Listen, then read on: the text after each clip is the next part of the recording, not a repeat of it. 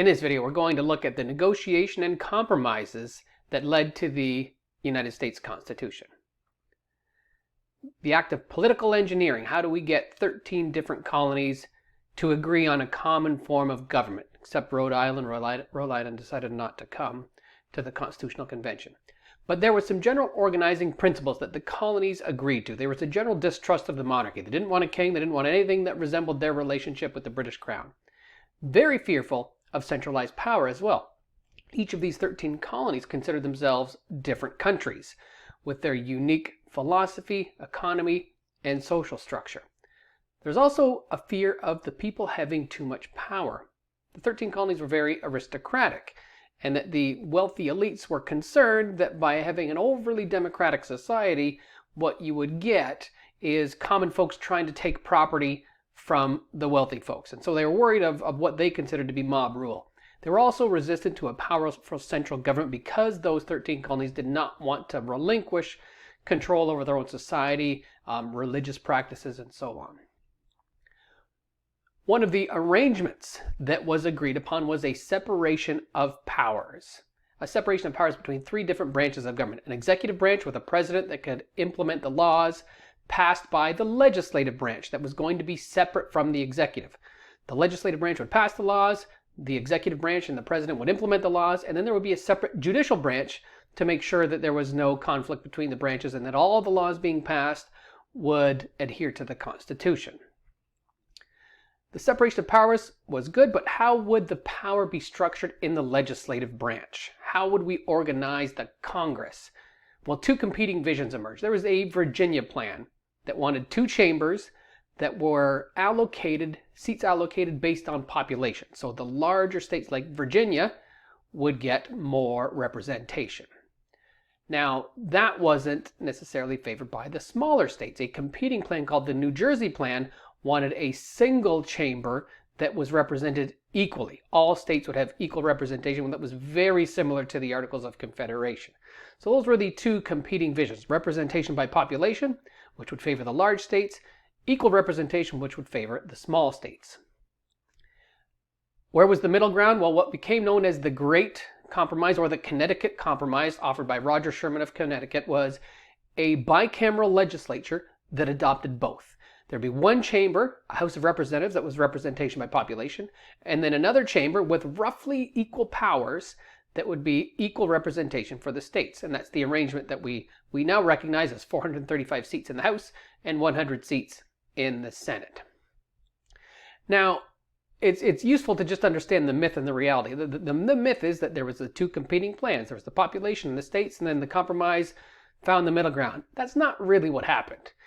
At the Constitutional Convention, when you look at the dates and when things were deliberated and introduced and voted on, Edmund Randolph brought forth the Virginia Plan right away on May 29th. It was negotiated, it was talked about. It was going to be the basis for whatever was eventually proposed. Now, on June 11th, the first item that resembled the Connecticut Compromise by Roger Sherman was introduced on June 11th. And so immediately the final agreement was taking shape. The New Jersey plan didn't happen until after the fact. It was sort of a last-ditch effort to try and save the Articles of Confederation, which was also a unicameral legislature with equal representation. So it was just a vote to say, hey, can we replace this plan with this plan? And that didn't go anywhere. So it wasn't really, hey, this plan, what about the middle? There was always going to be something that resembled the Virginia plan, with representation by population being a part of it. Now, additionally, there was also a fear of centralized power. Any national government, regardless of how the power was separated, was going to be looked upon with suspicion unless some power was delegated to the colonies. And that system was federalism. A federal system whereby some powers were designated for the central government and the rest of the powers were given to the states. Central government for national things, local governments for local issues. The idea for the federal system actually came from the Haudenosaunee Confederacy, which is one of the largest running participatory democracies in the world. The idea was, and as the founders knew it as the Iroquois Confederacy, they used the French term, But they noticed that these First Nations tribes all governed themselves, yet came together for collective issues. And that was the model they used for their federal system. Now, there's also some scholars that observe, or at least they contend, there was a lot more active presence and participation from First Nations groups at the Constitutional Convention than is typically recognized. And that's something that, if you're ever interested, is worth exploring. What about a president? After all that, you need to figure out how to elect a president. And this was left to the last days of the convention, but what they ended up with was an indirect method of voting for president. A college of electors would convene an electoral college that would elect the president on behalf of the people. Again, suspicious of having too much power. The system they used was known as approval voting, whereby the winner would become president and the second place person would become vice president. It only lasted for a couple elections before it was modified because it didn't work that well.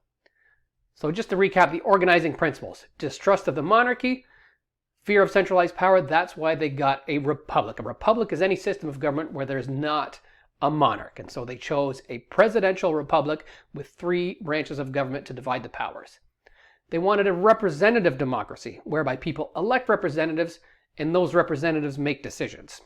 The alternative was a direct democracy that was more participatory, and they didn't want that because that was, in their mind, akin to mob rule. And then lastly, a system of federalism, to give plenty of power to the individual colonies and only keep some specific delegated and enumerated powers for the national government. These were the organizing principles, and these were the compromises that produced the U.S. Constitution.